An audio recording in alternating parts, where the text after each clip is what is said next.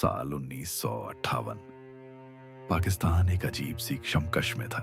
एक तरफ आजादी का ख्वाब था और दूसरी तरफ हकीकत, एक कमजोर सिस्टम, बढ़ती हुई सियासत की लड़ाइयां और अवाम का टूटता हुआ भरोसा।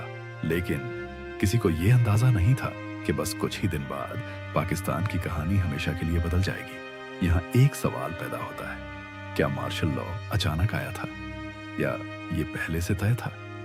मेरा मानना है ये सब धीरे धीरे तैयार हो रहा था। कहानी का आगाज 1947 में पाकिस्तान बना, लेकिन मजबूत बुनियाद के बिना। कायदे आजम इस दुनिया से चले गए, लियाकत अली खान शहीद हो गए और मुल्क एक ऐसे मोड़ पर आ गया जहां लीडरशिप साफ नजर नहीं आ रही थी। यहां एक सवाल पैदा होता है, क्या पाकिस्तान शुरू से ही कमजोर था?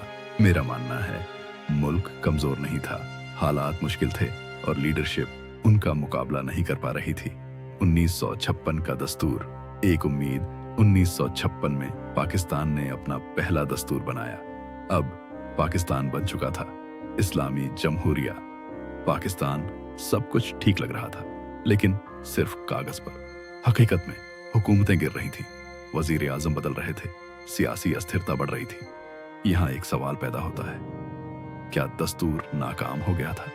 मेरा मानना है दस्तूर नहीं, उसे चलाने वाले लोग नाकाम हुए। हालात और बिगड़ते गए। 1956 से 1958 तक चंद सालों में कई हुकूमतें बदल गईं। सियासत में इत्तेफाक नहीं रहा, करप्शन के इल्जाम बढ़ते गए। अवाम थक चुकी थी और जब अवाम थक जाती है तो कोई मजबूत ताकत आगे आती है। फौज का उभरना इसी दौरान एक खामोश ताकत मजबूत हो रही थी। पाकिस्तान आर्मी वो देख रही थी, समझ रही थी और शायद इंतजार कर रही थी। यहां एक सवाल पैदा होता है, क्या फौज मुल्क बचाना चाहती थी या हुकूमत लेना? मेरा मानना है दोनों बातें साथ चल रही थी। अयूब खान एक अहम किरदार, इस कहानी का सबसे अहम नाम। जनरल अयूब खान एक मजबूत, मुतमिन और डिसिप्लिन शख्सियत। उनका मानना था मुल्क को कंट्रोल चाहिए, वरना सिस्टम टूट जाएगा। कहानी यहां दिलचस्प हो जाती है। राष्ट्रपति इस्कंदर मिर्जा भी सियासतदानों से तंग आ चुके थे। उन्होंने फैसला किया, 7 अक्टूबर 1958 दस्तूर खत्म, मार्शल लॉ लागू।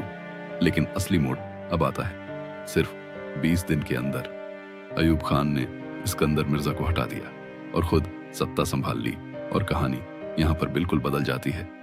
नया दौर अब पाकिस्तान में। जमहूरियत खत्म, फौजी हुकूमत शुरू, सियासी सिस्टम बंद। यहां एक सवाल पैदा होता है, क्या यह सब पहले से प्लान था? मेरा मानना है ये एक धीमी प्लानिंग थी जो सही मौके का इंतजार कर रही थी। मार्शल लॉ का मतलब दस्तूर खत्म, सियासी पार्टियां बंद, मीडिया कंट्रोल, फैसले फौज के हाथ में। मुल्क का पूरा सिस्टम बदल गया। गहराई से समझते हैं, एक कमजोर लीडरशिप, सियासी लीडर्स मजबूत नहीं थे। 2 पावर स्ट्रगल, हर ग्रुप सत्ता चाहता था। 3 कमजोर इदारे अभी तक मजबूत नहीं हुए थे। 4 फौज का बढ़ता हुआ एतमाद, फौज को लगा वो बेहतर चला सकती है। यहां सबसे बड़ा सवाल, क्या मार्शल लॉ जरूरी था? मेरा मानना है थोड़े वक्त के लिए स्थिरता मिली, लेकिन लंबे वक्त में नुकसान हुआ। आखिरी बात, अयूब खान का मार्शल लॉ सिर्फ एक फैसला नहीं था, यह पाकिस्तान की सियासत का टर्निंग पॉइंट था। यहीं से फौज का रोल बढ़ गया, जमहूरियत कमजोर हो गई और एक नया दौर शुरू हुआ। आखिरी सवाल, अगर मार्शल लॉ न आता तो क्या पाकिस्तान अलग होता? मेरा मानना है शायद हाँ, लेकिन हालात उसी तरफ जा रहे थे।